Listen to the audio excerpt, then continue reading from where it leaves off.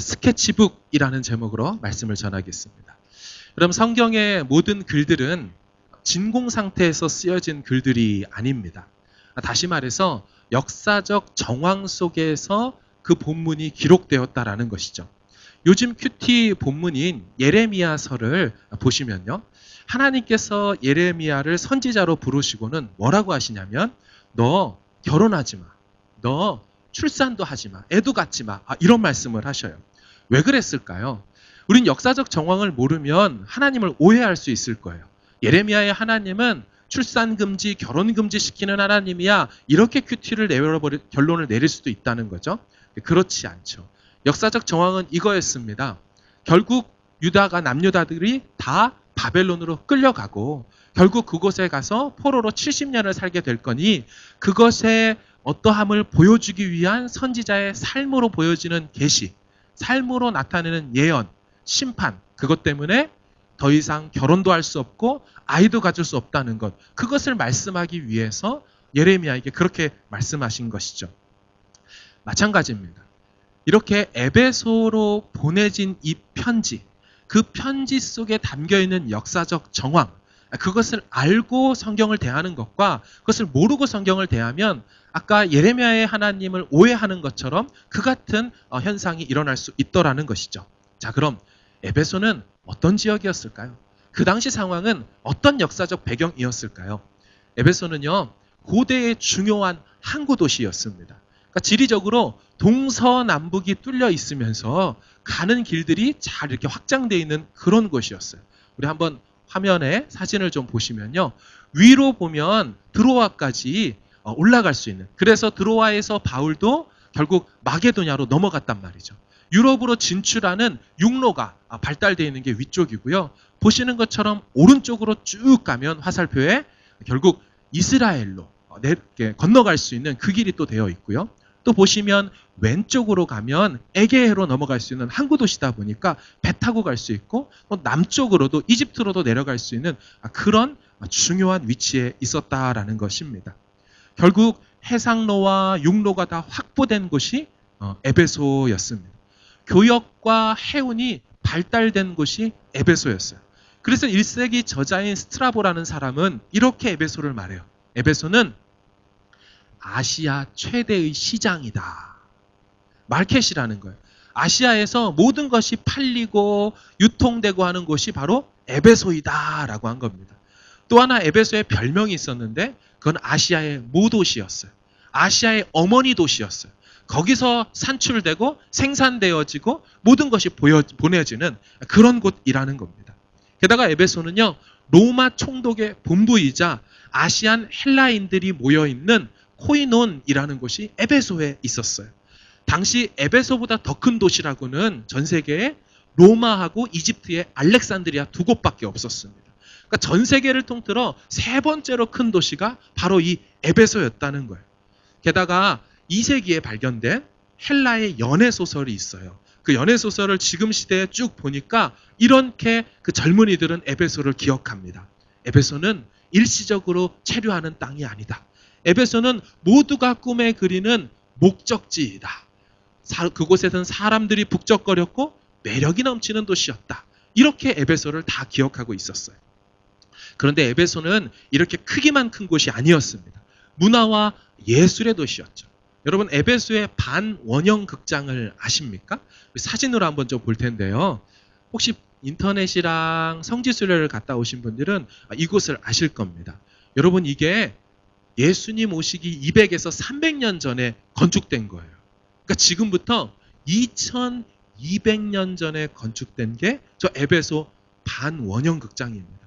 로마 시대를 통해서 계속해서 보수되고 확장되어서 만들어진 게 저 원형 극장이에요. 몇 명이나 들어갔을까요? 동시에 25,000명이 들어갔어요. 동시에 25,000명. 다음 그림을 좀 보여주시면, 여러분, 이게 시카고 컵스 구장입니다. 미국의 메이저리그가 이제 활동하는 그 시카고 컵스의 구장이에요. 다음 그림을 보여주시면 비교한 겁니다. 시카고 컵스 구장과 2200년 전에 지어졌다는 에베소 반원형 극장의 크기가 아주 비슷합니다. 어마어마하게 크다라는 것을 알 수 있지요. 여러분 2000년 전에 저걸 만들었어요. 그때 그 도시가. 서울에 예술의 전당이라는 게 있지요. 서울의 예술의 전당. 거기서 가장 큰 콘서트 홀이 2523석입니다. 아까 에베소는 얼만큼 들어간다고요? 25,000. 10분의 1밖에 서울 예술의 전당이 안 되는 거예요. 사람 들어가는 수가. 그러면 시드니에 있는 오페라 하우스 가보셨습니까? 가보셨어요? 가고 싶어요. 많이 봤어요.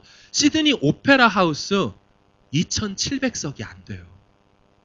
그런데 2200년 전에 지어진 저 극장이 25,000명이 들어간다니까요. 25,000명. 성지순례를 갔다 오신 분들은 다들 깜짝 놀라는 부분이 뭐냐. 저 밑에 무대에서 사람이 말을 하면 저 위에까지 바람을 타고 올라가서 소리가 다 들리게 만들어버린 거예요. 마이크 시스템이 없어도 25,000명이 들을 수 있는 구조로 산을 등지고 멋있게 만들어놨어요. 무슨 말입니까? 이들의 2000년 전의 문화예술 수준을 보라는 얘기예요. 그들의 화려찬란했던 그리스 로마 예술 문화가 어떠했는지, 그들이 즐겼던 문화가 결코 우리와 뒤지지 않는다라는 것입니다. 여러분, 게다가 도시 분위기가 장난이 아니에요. 에베소 저 반원형 극장부터 바닷가까지 가는 이 에게해까지 전체를 그냥 도시의 그 주도로를 대리석으로 깔았어요. 여러분, 우리는 아스팔트로 깔고 개보수하고 또 그리고 뭐 콘크리트로 바르고 하는데 대리석으로 깔고 양 옆에다가 대리석 기둥 10주들을 쫙 깔아놨어요. 사진으로 한번 볼까요? 쫙 도시 전체를 메인 도로를 저렇게 만들어 놨습니다. 그러니까 어마어마하게 도로도 발전돼 있는 도시 분화가 대리석으로 번쩍번쩍하는 곳이었어요. 여러분, 그러면 저렇게 연극만 보면 너무 심심할까요? 남자들은 뭐 하고 지낼까요? 에베소 원형극장 건너편에 가면 경기장을 만들어 놨어요.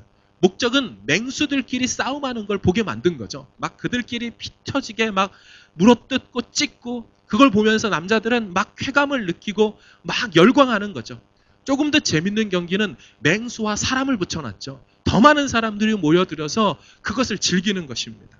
영화 글래디에이터에서 나오는 것처럼 그와 같은 모습들이 연출된 거죠. 그러니까 에베소는 어떤 지역이었냐?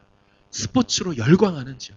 남자들도 막 거친 숨소리와 막 근육들을 자랑하면서 그런 남성미를 찬양하고 높이면서 그렇게 자기들끼리 도박을 하고 돈을 걸고 그와 같이 했다는 것입니다. 정리하면 에베소는 당대 문화 예술의 본산지예요. 25,000명이 숨죽여서 그들의 연극과 그들의 사상과 그들의 희노애락을 담은 공연들을 보면서 울고 웃고 즐기면서 와, 이런 나라, 이런 도시, 바로 우리 에베소지. 바로 이렇게 즐겼어요. 남자들은 그 건너편에 가가지고 그렇게 광기 어린 소리를 외치면서 즐겼어요. 그럼 생각해 볼까요? 이 에베소에 있는 사람들, 그들의 마음과 머릿속엔 뭐가 들어있었을까요? 그걸 그렇게 보고 즐기면서 있는 그들의 마음과 머리에는 도대체 뭐가 담겨 있을까요? 잔혹한 맹수 대 맹수의 경기? 심지어 맹수와 사람의 경기? 사람이 이기거나 지거나 죽거나? 그것들을 보면서 그들은 무엇을 느끼고 무엇을 생각하며 살고 있었을까요? 여러분, 생각하기 크게 어렵지는 않습니다. 왜냐하면 오늘 현대인들과 크게 다르지 않기 때문이죠. 맹수 대 사람의 그 피 터지는 경기, 그거 우리 UFC 옥타곤에서 보지 않습니까? 하빕과 맥그리거 경기 보면서 사람들이 도박하잖아요. 그죠? 또 예전에는 타이슨하고 홀리필드 경기하면서 타이슨이 이기네 지네 막 귀 물어뜯고, 예전에는 한국은 홍수환 선수 경기 보면서 7.8기 이기고 지네 하면서 하고, 오늘도 똑같아요. 이 시대도 역시나 그거의 향락에 빠져 있어요. 그럼 멋지고 화려한 공연 예술 문화는 뭘까요? 라스베가스 쇼를 보셨습니까? 정말 올림픽 경기에 나갈 만한 여자들이 나와가지고 2바퀴 3바퀴 돌면서 무대들이 나타났다 사라지고 이동하면서 물에 들어갔다 나왔다 하는데 막 와, 하늘 천장을 다 무대 삼아서 하는데 이런 공연이 다 있을까?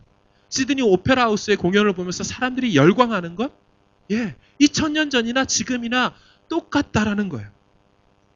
우리와 그들이 똑같다? 그렇다면 오늘 우리에게 있는 이 에베소, 바울이 보낸 편지는 오늘을 살고 있는 우리에게 보낸 편지, 곧 하나님의 메시지가 될 겁니다. 그런데 여러분, 에베소의 정황은 이것만이 아니었어요. 이러한 저러한 것들로 유명해지고 부유해진 것 사실인데 에베소의 정황을 이해하는데 이것을 빼놓을 수가 없죠. 그것은 아데미 대신전이었습니다. 아데미 대신전. 그리스 아테네에 가면 파르테논 신전이라고 있습니다. 그 파르테논 신전보다 2배나 큰 아데미 대신전. 고대 7대 불가사의 중에 하나가 바로 저 에베소에 있는 아데미 신전이었어요. 사도행전 19장에는 그 아데미 대신전이 얼마나 대단했는지 그것을 가리켜 이렇게 기록해요. 온 아시아와 천하에 이르러 숭배받는 도시 에베소. 그래서 많은 우상업자들이 크도다 아데미어를 외치며 아데미 여신을 찬양하는 곳, 그게 에베소였어요. 여러분, 그 신전이요 얼마나 컸냐면 신전 전체를 또 역시나 대리석으로 만들었어요. 그 파운데이션 기초 그 바닥의 크기가 얼마나냐면 세로가 폭이 69m예요. 폭이 69m를 대리석으로 깔고 길이로는 130m를 나아갑니다. 이게 어느 정도 크기냐면 피파가 결정한 국제 축구 경기장의 크기가 얘보다 25m 짧아요. 세로 그 길이가 쭉 나가는 게 25m 짧은 게 피파 경기장이에요. 걔보다 25m가 큰 게 대리석으로 깔은 그 기초석입니다. 그리고 그 위에 기둥들을 박았어요. 그 기둥이 얼마나냐면 제 팔을 이렇게 쭉 뻗어갖고 대면 2m가 안 돼요. 근데 지름이 2m짜리 대리석 기둥을 높이가 18m. 그럼 높이가 18m면 건축 공법상 한 층이 2.6m거든요. 아파트 7층 높이에요. 아파트 7층짜리 2m 되는 지름으로 올린 기둥을 127개를 박아놨어요. 127개를 박아놨어요. 파르테논 신전은 그거보다 길이가 반 딱 작아요. 그리고 기둥이 58개만 박아놨어요. 그것도 높이는 10m밖에 안 돼요. 근데 얘는 고대 7대 불가사의로 어마어마하게 큰 것을 박아놓고 그 가운데에 아데미 여신상을 지어놨어요. 그리고 거기 가서 숭배했어요. 여러분, 그림을 좀 보시면 저게 지금 터키의 아데미 여신전을 다시 복원시켜 놓은 거예요. 그 다음 그림을 보면 반밖에 안 된다는 파르테논 신전입니다. 그 절반밖에 안 된다는. 여러분, 아데미 신전 짓는다고 공사 기간이 220년 걸렸대요. 220년 동안 그 대리석 갖다 놓고 깎고 세우고 그 짓을 했어요. 여러분, 그래서 에베소 사람들은 어떤 시민의식이 있었냐면 우리는 저 아데미 신전의 청지기들이다. 우리는 아데미 신전직이다. 관리자들이다. 그렇게 믿고 생각했고 또한 저 아데미 여신전은 하늘에서 준 선물이다. 하늘에서 내려온 거다. 실제 그렇지도 않지만 그들은 그렇게 믿었어요. 그래서 이 도시가 무슨 일을 했냐면 매년 3월과 4월 2달 동안 아데미 여신 축제를 합니다.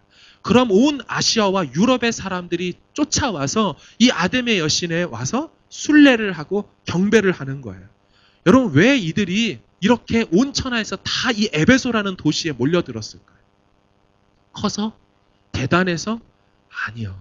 그것만이 아니에요.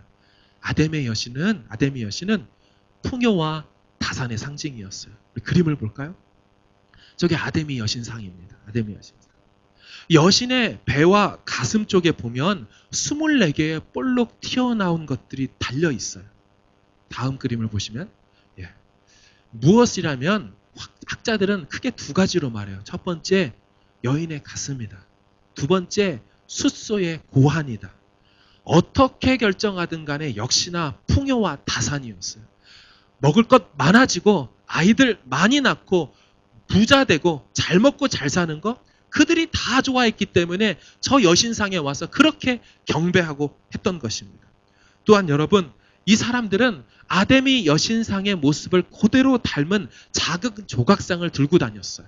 그것을 팔았던 세공업자들이 사도행전 19장에 나오는데 그거를 들고 이들은 뭐 했냐면 일주일에 2번씩 에베소 지역을 순회했습니다. 그걸 들고. 우리 옛날에도 어른들이 아들 낳고 싶어서 뭐 했어요?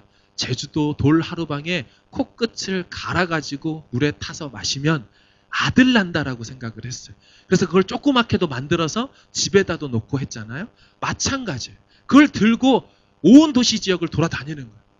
오클랜드 지역을 돌아다니는 거예요. 계속. 오늘날과 다름이 없으니까. 오늘날과 다름이 없으니까. 게다가 그들은요, 동전마다 아데미 여신 형상을 새겨놨어요. 동전에도 아데미 여신이 있어요. 12달 중에 한 달은 아데미 달이라고 불렀어요. 아예.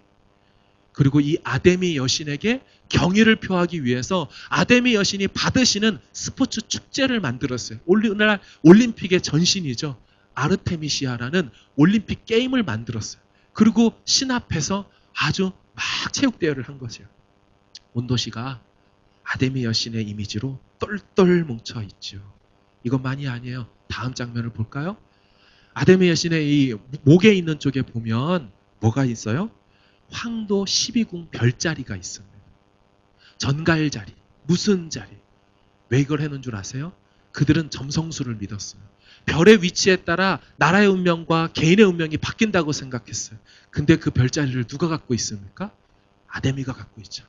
아데미한테 오면 아데미가 모든 운명을 결정지어준다. 그렇게 아데미 여신을 숭배했어요. 이것만이 아니에요. 또 다음 장면 보면 아데미 여신의 치마를 보세요.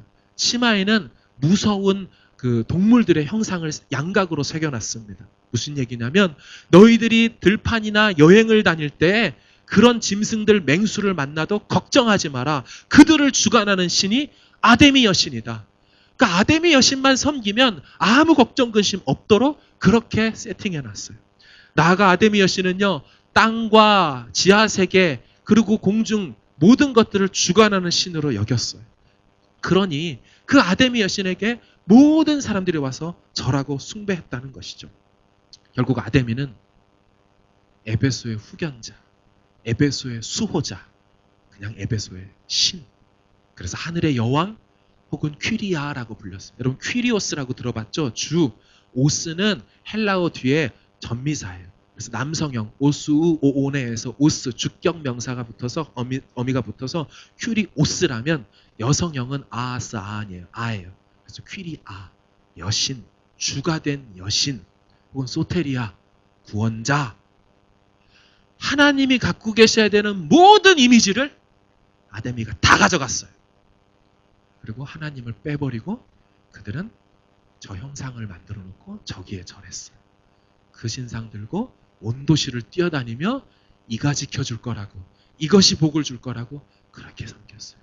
이게 에베소 도시의 사람들의 마음과 머릿속에 있는 전반적인 상황이에요. 여러분 이쯤 되면 좀 신기하지 않나요? 뭐가 신기하냐면 이런 도시에서 전도가 될까요?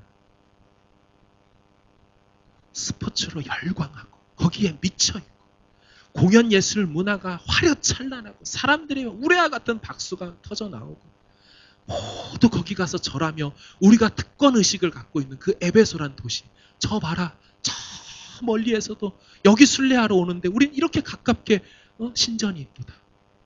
그들의 그 특권의식에 가득 차 있는 그곳에서 바울이 2차, 3차 전도여행을 하고 편지를 쓴 거예요. 여러분 전도 되겠어요? 근데 결론을 아시죠? 전도가 됐어요. 개척이 됐어요. 교회가 세워졌어요. 이거 어떻게 가능할까요?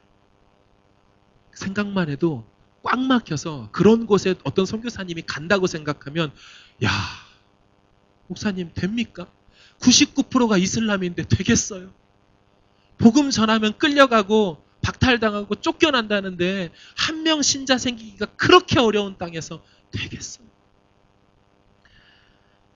결국 됐을 뿐만 아니라 바울은 자신을 파송해준 수리아 안디옥 교회보다 2차, 3차 전도 여행의 베이스 캠프이자 전초 기지를 에베소의 자리를 잡아요. 발붙일 수 없는 그곳이 선교의 주축이 돼버려요. 이거 어떻게 됐을까요? 우리는 바울이 그냥 에베소서만 남겼으면 전혀 몰라요. 에베소 사람들이 누군지도 모르고 왜 이렇게 됐는지도. 그런데 바울과 함께 동행했던 제자가 있어요. 의사 누가가 같이 다녔잖아요. 누가는 역사학자로서 누가복음을 기록했어요. 그리고 누가복음 2탄으로 뭘 기록해요? 사도행전을 기록했어요. 어머, 사도행전은 사도가 기록한 줄 알았는데 누가였어? 누가 그랬대? 누가가 그랬어요. 누가가 사도행전을 기록을 했어요. 앞에 부분을 보면 잘 알 수가 있어요. 그 사도행전 19장에 가보면 같이 동행하면서 누가가 보았던 바울의 선교, 그 2차와 3차의 스토리들을 잘 기록해놨어요. 무슨 일이 있었을까요? 그곳에 딱 갔더니 세례 요한의 제자들이 있더라고요. 그래서 바울이 너희들 성령을 받았냐라고 묻자 세례 요한의 제자는 예수님 모르는 거예요. 회개하라, 천국이 가까웠다, 이거밖에 몰라요. 그러자 예수를 주라고 그리스도라고 가르쳐주고 그들에게 세례를 베풀자 성령이 임하고 세례 요한의 제자들이 그리스도의 제자로 바뀌어지게 돼요. 그리고 나서 바울이 사역할 때 자신이 갖고 있던 앞치마와 손수건이 있었어요. 근데 앞치마와 손수건을 사역하다가 누구에게 얹으면, 병자에게 얹으면 병이 나와버려요. 또 그 앞치마, 그 텐트 메이커였잖아요. 장막 만들고 가죽 무두장이었단 말이에요. 그때 썼던 그 앞치마, 그 일터에서 썼던 그거를 가지고 귀신 들린 자에게 덮으니까 귀신이 쫓겨나가 버리는 일들이 생겨요. 그러니까 에베소 지역에 돌아다니고 있던 또 다른 무리들이 있었어요. 그들이 누구였냐면 마법사들이었어요. 그 당시에 그 마법사들, 동네 뜨내기 마법사들이 깜짝 놀란 거예요. 이거 뭐지? 아니, 어떻게 된 일인데 새로운 테마사 하나가 나타났는데 이름은 바울이래. 귀신을 쫓아내는데 귀신같이 쫓아내는 거예요. 그러면서 막 소문이 퍼진 거예요. 그 사람은 그냥 손수건만 얹어도 끝나버린대. 그러자 당대 유명한, 이름도 유명한 퇴마사 하나가 등장하는데, 성경에 이름이 기록된 건 유명했다는 거예요. 스게와라는 사람인데 이 사람 직장, 직업이, 그 출신이 되게 이상하죠. 성경은 뭐라고 기록하냐면 마법을 행하는 사람인데 유대 제사장 스게와래요. 무슨 유대 땅에서 출신된 제사장 출신 아이가, 사람이 에베소 이방 도시에 가서 마법으로 한탕 이렇게 크게 차려서 먹고 있어요. 근데 이걸 자기만 하지 않고 아들 7이 있는데 그 아들 7에게도 전수해서 아들 7이랑 함께 팀을 이뤄서 마법을 행하는 스게와와 7 아들. 그들이 자신들이 행하던 그 마법보다 더 뛰어난 현상들을 바울이 행하는 걸 보고 뭐 합니까? 바울이 하는 걸 따라하기 시작해요. 누가가 기록해놨어요. 뭐라고 그가 말했냐면, 마법사들이 내가 바울이 전파하는 예수를 의지하여 너희에게 명하노라. 자기가 썼던 방식이 아니라 바울이 전파하는 예수를 의지해서 명하노라. 어떤 일이 일어난 줄 아세요? 갑자기 귀신 들린 사람이 벌떡 일어나서, 야, 내가 바울도 알고 예수도 하는데 넌 누구냐? 이 소리를 하고 달려드니까 스게와와 7 아들들이 입고 있던 옷을 벗어던지고 집으로 도망갔다 그래요. 주랭랑을 친 거죠. 이게 수많은 동네 퇴마사들이 본 거예요. 다 뒤집어졌어요. 그리고 뭐 해요? 그들이 갖고 있던 마법책을 사람들 앞에 가지고 와서 불태워 없앱니다. 근데 그 액수가 어느 정도 되냐고 누가가 뭐라고 기록하냐면 은이 5만이래요. 은동전 5만 코인이래요. 여러분, 은동전 5만 코인이 어느 정도 되냐면 은동전 한 코인이 한 데나리온이랑 같아요. 이 말은 노동자 하루 품삯입니다. 자, 그럼 5만 일 동안 일했잖아요. 365일로 따져볼까요? 한 사람이 137년 일해야 돼요. 상상을 초월하는 변화가 에베소 우상단지 그 마법사의 도시에서 일어났다는 거예요. 137년. 학자들은 또 그 은동전 하나 코인의 가치를 양 한 마리 가치라고 얘기를 했어요. 그럼 뉴질랜드 남섬에서 누군가 5만 마리의 양을 기르고 있는 거예요. 그거 다 태워버렸다는 거예요. 어마어마한 가치죠. 어마어마한 가치. 여러분, 이게 보통 사건이 아니에요. 왜 보통 사건이 아니냐면 예수님 이 땅에 오시기 전에 역사 기록 속에서 로마의 황제인 아우구스투스 시저가 강제적으로 마법사들을 끌어다가 그들이 갖고 있는 마법책 2,000권을 불태운 건 기록상에 한 번 있어요. 억지로 그들이 태운 거예요. 마법 없애버리려고, 미신 없애려고 황제가. 그런데 마법사들이 자발적으로 자신의 마법책을 태웠다? 이건 역사 속에서 찾아볼 수 없는 기록입니다.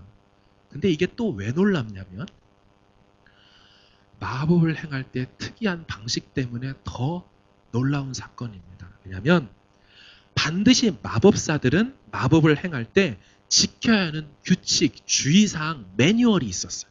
그래서 마법의 주문을 기록한 파피루스에 보면 그 맨 윗단에 이런 기록들이 써 있어요. 다음의 주문을 틀리지 않고 정확하게 외워야 합니다.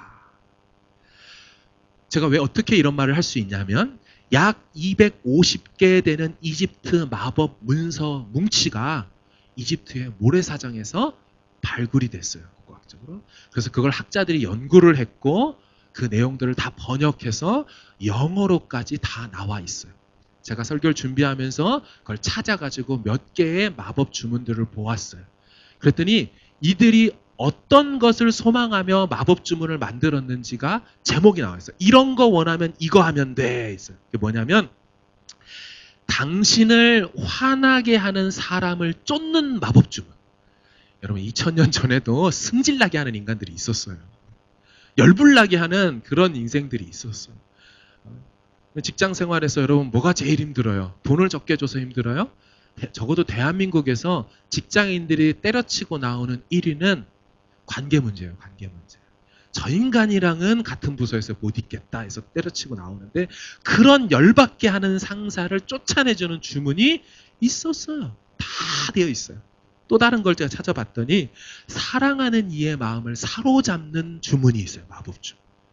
좀 더 구체적으로 제가 이런 걸 봤어요. 어떻게 하는지. 그랬더니 그 디렉션이 뭐냐. 네가 먹고 있는 빵. 그 빵을 7조각으로 나눈 다음 그걸 사랑하는 사람의 집에 몰래 넣어놔라. 뭐 침이 묻어있는 그 빵이 어떻게 하는지는 몰라도 뭐 그렇게 해서 마음을 얻게 된다고. 그들도 사랑을 원했으니까. 마지막 하나는 비즈니스 잘 되고 고객을 부르는 마법이 있어요. 야, 여러분 오늘날 똑같지 않습니까? 어떻게 하면 비즈니스가 잘 되고 장사가 잘 돼서 회사에 가게에 사람들이 고객이 올까? 그런데 이 주문들은 짧게는 한 문장이었지만 길게는 파피루스 종이 몇 장에 걸쳐서 아주 많았어요. 비교적 쉬운 일을 해결할 수 있다는 주문은 짧았지만 효과가 강하거나 중한 일에 대한 주문은 길었습니다. 그 주문 중 하나를 소개합니다. 헤세미 가돈 코레 페브세 포네 에레스 키갈 마도니스 바바리타 바바리타 케는브라 바루캄브라 아브라삭스 세센켄 바브라랑게스 아오이아 마리 마르마레오스 마르마라 우뜨 마르마라 오뜨 마레크다나 아마르자. 이제 일주일간 연습을 해도 입에 안 붙어요. 안 붙어요. 제가 무슨 생각이 들었냐면 차라리 마오리어를 배우지. 랑기토토, 타카푸나, 뭐 와이에케 네? 이런 거 하면 뿅 하고 역사가 일어나면 얼마나 좋아요. 근데 왜 이렇게 말이 어려워? 여러분 지금 마법사들에게 어떤 변화가 일어난지 아세요? 그들이 그 마법책을 태웠다는 얘기는 토시 하나 틀리지 않고 읽어야만 외워야만 되는 그 주문이 적혀있는 그걸 태웠다는 얘기는 돌아올 수 있는 다리를 불태웠던 거하고 똑같습니다. 다시 돌아가지 않겠다는 거예요. 이들의 회심은 흉내낸 게 아니었어요. 이들의 회심은 등록카드 하나 쓰고 교회에 앉아있는 게 아니었어요. 이들은 삶의 전부를 던졌어요. 여러분 그들이 에베소 교회 교인이 된 거예요.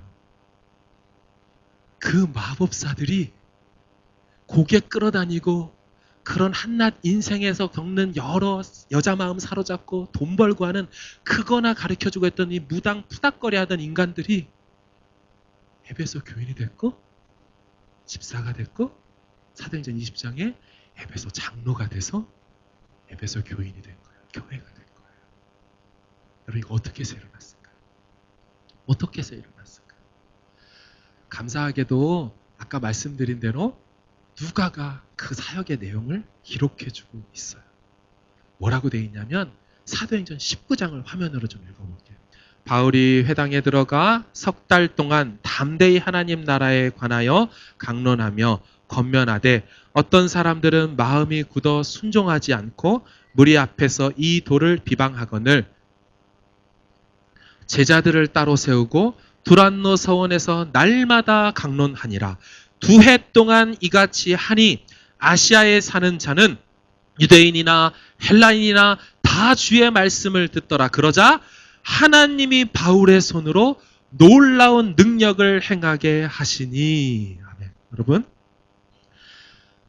바울이 석 달 동안 복음을 전하고 장소가 여의치 못하자 두란노라는 사람의 라이브러리를 택해서 그 서원에서 또다시 만 2년 동안 복음을 전하고 말씀으로 사역을 하게 된 다음 일어났던 3가지 사건이 바로 앞치마, 귀신, 병, 그 다음에 스게와의 7 아들, 마법책 은 5만 코인의 역사가 이 다음에 기록되어 있는 거예요. 무엇입니까? 바울은 항상 어딜 가든지 아무리 우상이 천지로 많이 있어도 아무리 저들의 생각과 마음에 헛되고 헛된 것으로 세속적인 것으로 가득 차 있고 빠져 있어도 그 안을 파고 들어가고 그 바늘 끝 하나 들어가지 않을 것 같은 영적으로 굳어진 그 마음이라 할지라도 말씀으로 승부를 하니 뭐가 돼요? 그들이 회심하고 돌아와서 교회가 되었다는 얘기를 하고 있는 것입니다. 여러분, 이게 교회가 할 일이에요. 에베소와 같은 이 도시에서 살고 있는 우리가, 이 시대를 살고 있는 우리가 해야 될 일은 역시나 말씀에 창념하는 일, 말씀에 온전히 사로잡혀서 우리가 그와 같이 하루하루를 살아가는 것, 그거를 2해든 석 달이든 상황이 안 되면 다른 곳으로 이동해서든 해내는 것이 바울의 사역이었고 그 이후로 주어진 하나님의 역사들이었죠. 그런데요, 이거는 바울 입장에서만 보여지는 측면이고요. 한 가지 중요한 측면이 또 있어요. 그건 하나님 편에서 봤을 때는 어떤 일이 있었느냐라는 것입니다. 자, 조금 아까 제가 같이 나눴던 이야기, 스토리 있죠. 스게와 7 아들, 마법책. 이거는 바울의 3차 전도 여행 이야기였어요. 2차 전도 여행도 있죠. 바울은 에베소를 2차도 가고 3차도 갔습니다. 제가 3차만 얘기한 거예요. 그럼 2차 때 어떤 일이 있었을까요? 화면으로 같이 한번 읽어볼게요. 화면입니다. 에베소에 와서 시작. 에베소에 와서 시작. 그들을 거기 머물게 하고 자기는 회당에 들어가서 유대인들과 변론하니 여러 사람이 더 오래 있기를 청하되 허락하지 아니하고 작별하여 이르되 만일 하나님의 뜻이면 너희에게 돌아오리라 하고 배를 타고 에베소를 떠나. 바울이 정확한 이유는 모르지만 에베소의 2차 전도 여행의 말미에 도착합니다. 회당에 들어가서 유대인들과 변론을 하다가 무슨 이유인지 모르지만 그것을 그만두고 그 지역을 떠나버려요. 더 할 수 없게 되었어요. 그러면서 뭐라고 남기면서 한 말을 남기고 떠나요? 만일 하나님의 뜻이면 너희에게 돌아오리라. 질문이요. 3차 전도여행이 그래서 됐어요, 안 됐어요? 저기 2차 끝나고 한 말인데 3차가 됐어요, 안 됐어요? 됐어요. 3차 전도여행에서 놀라운 회심의 역사들이, 마법사들이 돌아오는 일들이 있었어요. 여러분, 어떻게 일이 일어났을까요? 작은 그림은요, 바울이 말씀 사역에 집중했고요. 큰 그림으로는 바울이 뭐라고 단서를 달고 2차 때 갔다고요? 만일 하나님의 뜻이면, 하나님의 구원의 계획 속에 너희들이 있으면, 하나님의 큰 그림 안에 너희들에게 복음이 전파되고 너희들이 주께로 돌아올 계획들이 창세전부터 그분의 영원한 시간표 안에 있었다면 난 다시 돌아올 거야. 하나님의 계획 안에 있으니까. 하나님의 뜻 안에 있다면 이 일은 될 거야. 라고 그 뜻의 부탁을 드렸고, 그래서 3차가 되었고, 3차가 끝난 다음 6에서 7년이 지난 다음 감옥에서 다시 편지를 보낼 때 에베소의 그 옛날 마법사 출신, 옛날 그 우상 숭배자, 광기 어려서 소리 지르고 철없이 돌아다니던 그분들, 그 집사님, 장로님에게 편지를 보내면 뭐라고 해요? 1장 1절에 하나님의 뜻으로 말미암아 그리스도 예수의 사도된 바울이, 그리고 4절에 뭐라고 하냐면 여러분들 그거 아세요? 창세전에 그리스도 안에서 당신들이 예정되어 있어서 돌아온 거예요 라고 말하고, 5절에 그분의 기쁘신 뜻대로 우리를 예정해서 당신의 아들들이 된 거 아세요? 라고 말하고, 9절에 그 뜻의 비밀을 우리에게 알리셨고 그리스도 안에서 때가 찬 경륜을 위하여 예정하셔서 당신들이 이 자리에 있습니다 라고 말하고, 11절에 여러분들 그거 아세요? 모든 일을 그의 뜻의 결정대로 일하시는 이의 계획을 따라 여러분들이 예정을 입어 기업을 얻었습니다 라고 큰 그림을 그려주고 있는 거예요. 바울에게서는 최선을 다해 말씀 사역을 했지만 그거를 넘어선 하나님의 큰 그림 안에서는 창세전부터 계획된 것이 있었다. 여러분, 저는 저희 아이를, 이 본문을 묵상하면서 아이를 생각해 봤어요. 우리 첫째 아들을 갖고자 하는 마음이 있잖아요. 우리 결혼을 하면 출산 계획이라는 걸 세우잖아요. 그 아이를 갖고자 하는 출산 계획을 저는 연애에 어느 정도 지나가다 보니까 이 여자랑 결혼하고 싶다는 마음이 들면서 그 마음을 서로 나누면서 자연스럽게 우리가 나랑 결혼하면 아이는 몇이나 가질까? 뭐 그런 말 왜 해? 뭐 이러면서 뭐 이렇게 하잖아요. 그래도 계획을 하잖아요. 그죠? 그리고 결혼해서 우리가 언제쯤 아이를 가지면 좋을까 생각도 하고. 그런데 제 계획이라는 것이 결혼쯤에나 계획을 하지, 여러분 누가 청소년 시절에 자녀 계획 세우는 사람 봤어요? 없죠. 초등학교 입학할 때 나의 장래 희망과 계획 쓸 때 출산 계획부터 쓰는 초등학생을 봤어요? 없죠. 근데 하나님이 우리를 구원하고 아들 삼을 계획은 시간 밖에서 하셨대요. 영원하진 당신의 시간 안에서 하셨대요. 여러분 누군가가 좀 만나실까요? 언제 시간 되세요? 했더니 저 한 달 동안은 스케줄이 꽉 짜서 다 계획해내서 안 돼요. 이렇게 말한다면 우리 그 사람을 볼 때 어떤 느낌이 있어요? 야, 계획 진짜 꼼꼼히 한다. 한 달 계획을 다 짜놨어.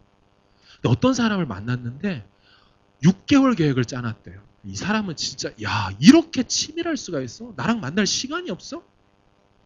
근데 어떤 사람이 창세전의 계획을 다 해놨대요. 그리고 세상을 만드신 다음에 그 영원한 시간 속에 했던 그 계획대로 한 타임 한 타임 역사를 당신의 원하시고 기뻐하신 뜻에 따라 끌고 가시다가 1977년 12월 12일 주일 아침 6시에 저라는 존재가 태어나고 바라보시다가 어머니로 하여금 예수 믿게 하셔서 어느 한순간 예수를 주라 고백하며 눈물을 흘리며 돌아오게 하셨어요. 그리고 당신의 계획 따라 2003년도에 신학교를 들어갈 마음을 스스로 갖게 하시곤 여기까지 인도하셔서 뉴질랜드 이 땅에 오게 하셨어요. 여러분 하나님의 이 큰 그림이 느껴지십니까? 우리가 어떤 존재던가요? 우리는 조그만 것 하나에 일희일비해요. 우리의 계획이라는 것은 우리 애가 고등학교 졸업하고 대학 들어가면 오클랜드 대학 갈까, 호주 대학 갈까, 미국 갈까, 독일로 유학 보낼까 그런 거 계획해요. 그리고 그것이 되고 안 되고 때문에 실망해요.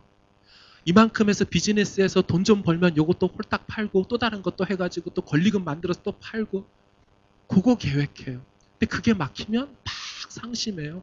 영주권이 이쯤 나와야 되는데 안 나오니까 누군 나오고 안 나오니까 상심해요. 죽을 것처럼 울어요.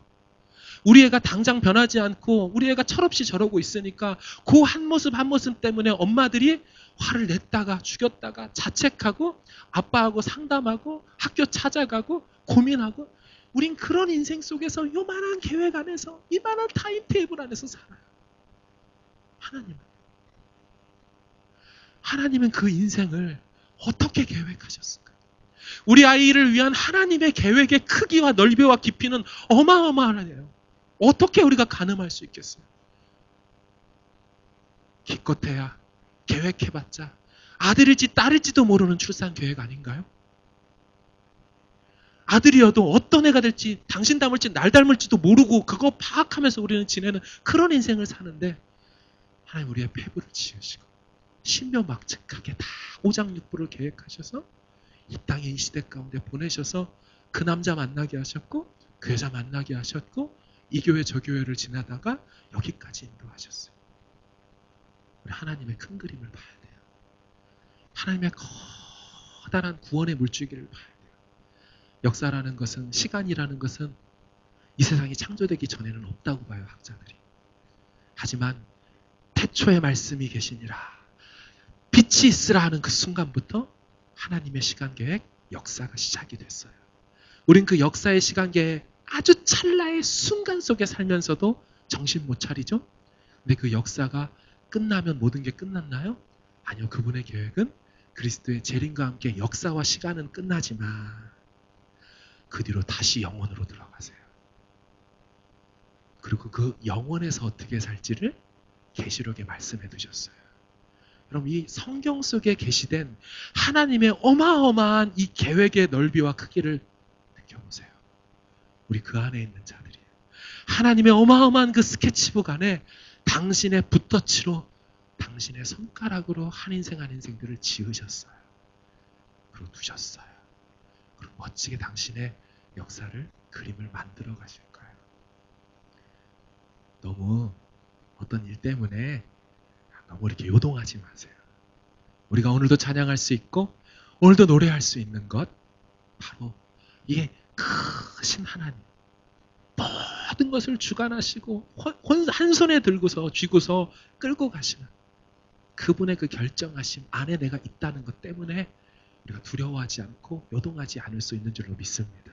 이 믿음이 한 분 한 분에게 가득 차서 내가 받은 구원의 크기가 얼마나 큰 건지 그 계획이 어디까지로 예정되어 있는지 그래서 어떤 사람들이 와서 뭐 사형리나 하나 주고 어떤 구원의 문장이나 하나 읽고 기도만 따라하면은 그게 끝이고 구원 받았으니 땡이고 여러분 그런 식으로 구원을 이해할 수가 없는 거예요. 구원은 한 시점이고 한 포인트가 아니에요. 구속사라고 하죠. Salvation History. 구원의 역사라는 거예요.